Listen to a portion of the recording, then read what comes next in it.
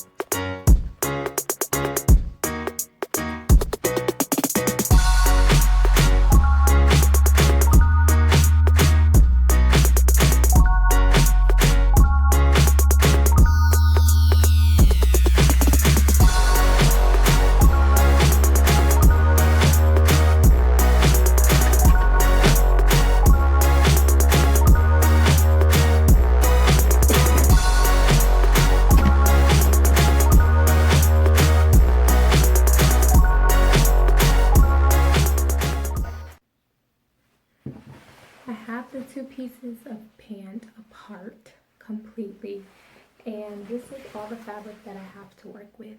Now I can do one of two things: add in fabric or just try to work with what I have. I kind of want to just try to work with what I have, but if I can't, then I'll have to add in, but we'll see later on. But as I told you, I do want to dye these two different colors. I want one to be this golden yellow because I love golden, but I said before that I wanted pink. but I changed my mind and I wanted to do kind of like a sunflowery looking dress. So I got this Rit Dye More fabric dye so that I can change this to a lighter yellow, because I really want it to be this kind of daffodil yellow, this bright thing. So it can be like a golden against the yellow. I think that would be really, really cool. So we're gonna go ahead and dye this, and I'm really excited because I love Rit dye. Like, it's the best that you can find, honestly, and it's not expensive, which is another favorite part of mine. So yeah, we're gonna go ahead and dye this, and I'll film some of the process. And then after we dye it, we have to throw it in a wash, dry it a little bit, and then we can get to cutting out the pattern for this dress. Let's dive into the fun parts. As you can see, I have the fabric submerged within the dye and hot water. If you do want to do this at home, all you would need is a bucket, the dye color of your choice, some hot water. I think it has to be about 200 degrees, and a little bit of dish detergent, and you can dye your fabric. We are back from dyeing and rinsing and washing and drying, and well,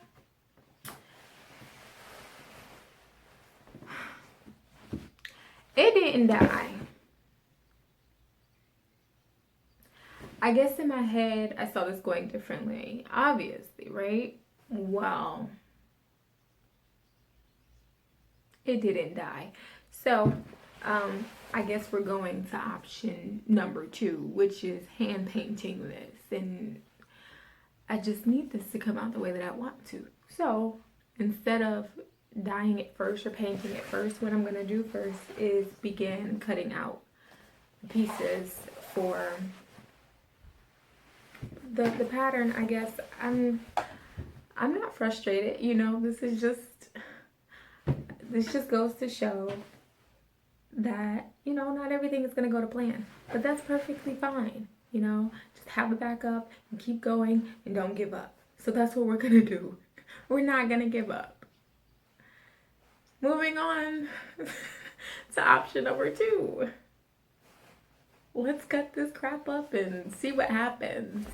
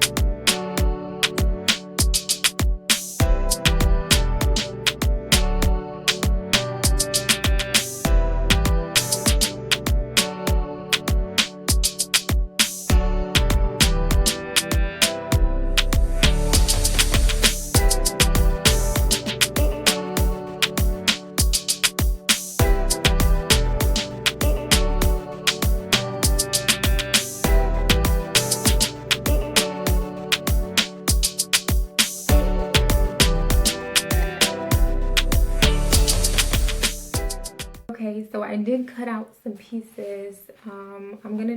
My idea is to have these straps, 3 straps coming from the bust area and one that is kind of off the shoulder, to kind of give it a little flare. And then while I was cutting, I came up with this idea. Since I want the dress to kind of be fitted, I want it to be accentuated with something, and I do want that brighter yellow in there. And so I grabbed this fabric paint that I have not used. And I have these flowers, these white flowers that I also do not use. So my idea is to kind of like deconstruct these flowers a little bit and see, you know, if I can make something of it. I'm going to paint the tips of the flowers the yellow to kind of bring in that lightness that I was trying to get in the fabric. And hopefully that works out fine. So I'm going to paint these and then we will move on to pulling everything together. And the reason why I'm painting these first is that so they're dry when I'm ready to use them. So let's deconstruct these flowers, paint them, and move on.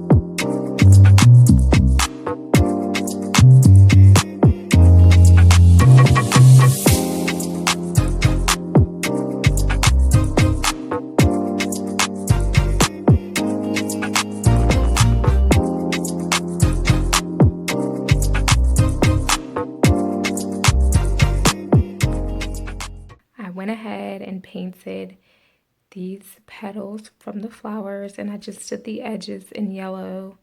Yes, my hands are completely destroyed now, but that's okay. It's all for the art. This is the end of part one. My hands are a mess. My brain is a mess. I have changed this design so many times in my head.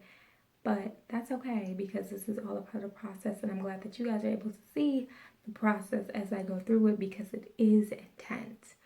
So I'm going to let these dry and we will see the final result of this entire look in the next video.